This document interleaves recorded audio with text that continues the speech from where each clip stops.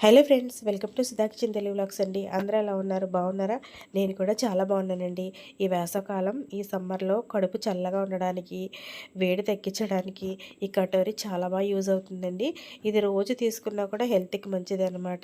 Digestion బాగుంటుంది, skin glow అవుతుంది, ముఖ్యంగా వెయిట్ లాస్ అవుతారంట. రోజు మజ్జిగలో కలిపి తీసుకోవాలి.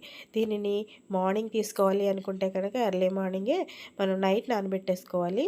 ఒకవేళ ఈవినింగ్ తీసుకుందామంటే కనుక మార్నింగ్ నానబెట్టుకోవాలి. ఇది ఇలా నానబెట్టుకుంది 2 డేస్ వరకు మనకు వస్తుందండి ఫ్రిడ్జ్లో పెట్టుకుంటేని. నేనైతే ఇలా నానబెట్టేసి ఫ్రిడ్జ్లో పెడతాను. కొంచెం ఎక్కువ నీళ్ళు వేసే నానబెట్టుకోండి. తక్కువ వేస్తే జెల్లీ ఫార్మింగ్ గట్టిగా అవుతుందన్నమాట. ఎక్కువ నీళ్ళు వేస్తే చాలా సాఫ్ట్గా అవుతుందన్నమాట. సో ఇప్పుడైతే నేను సబ్జాలు కూడా నానబెడుతున్నాను. అవి కూడా ఎలా నానబెడతానో షేర్ చేస్తాను, చూస్తూ ఉండండి. మార్కెట్లో ఇలా ప్యాకెట్స్లో దొరుకుతుందండి. 68 రూపీస్ మాత్రమే ఉంటుంది. సమ్మర్ అంతా వచ్చేస్తుంది మనకి. సో ఐ హోప్ ఈ వీడియో మీకు యూజ్ అవుతుంది అనుకుంటున్నాను. కొంచెం చక్కగా చిన్న కథ ఒకటి మీతో షేర్ చేసుకుంటాను. దేవాలయంలో శివుణ్ణి పూజించడానికి చాలామంది దేవతలు వచ్చారంట. అందులో యమధర్మరాజు కూడా ఒకరంట.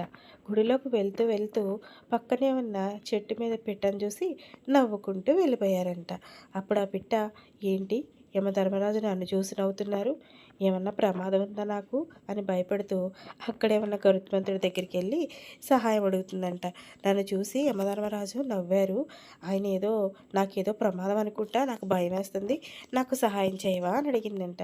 అప్పుడు గరుత్మంతుడు, నువ్వేమీ భయపడకు, నిన్ను ఇక్కడి నుంచి 7 సముద్రాల అవతలున్న దీవికి తీసుకెళ్ళి వదిలిపెడతాను అని చెప్పాడంట. అన్నదే తడువుగా ఆయన ఆ పిట్టను ఎక్కించుకుని 7 సముద్రాల అవతలకి తీసుకెళ్ళి ఒక చెట్టు మీద ఒక త్వరలో ఉంచి తిరిగి అంతే వేగంగా గుడికి వచ్చారంట. ఈలోపు పూజ అంతా పూర్తి చేసుకుని యమధర్మరాజు బయటకు వస్తూ ఉండగా గరుత్మంతుడు వెళ్ళి అడిగాడంట, స్వామి ఎందుకు మీరు పిట్టను చూసి నవ్వారు అని. అప్పుడు యమధర్మరాజు నవ్వుకుంటూ, అంత చిన్న పిట్టకి 3 గడియల్లో 7 సముద్రాల అవతల ఉన్న ఆ చెట్టు త్వరలో పాము వల్ల మరణం సంభవిస్తుంది, అది ఎలా జరుగుతుందా అని ఆలోచిస్తున్నాను, కానీ బ్రహ్మరాసిన తలరాత తప్పించుకోలేరు కదా, అదే ఎలా జరుగుతుందా అని నవ్వొచ్చింది అని అన్నారంట. అంతే కదా, దాని తలరాత అలా అయ్యింది. సో ఈ కథలో ఏమర్థమైందో నాకు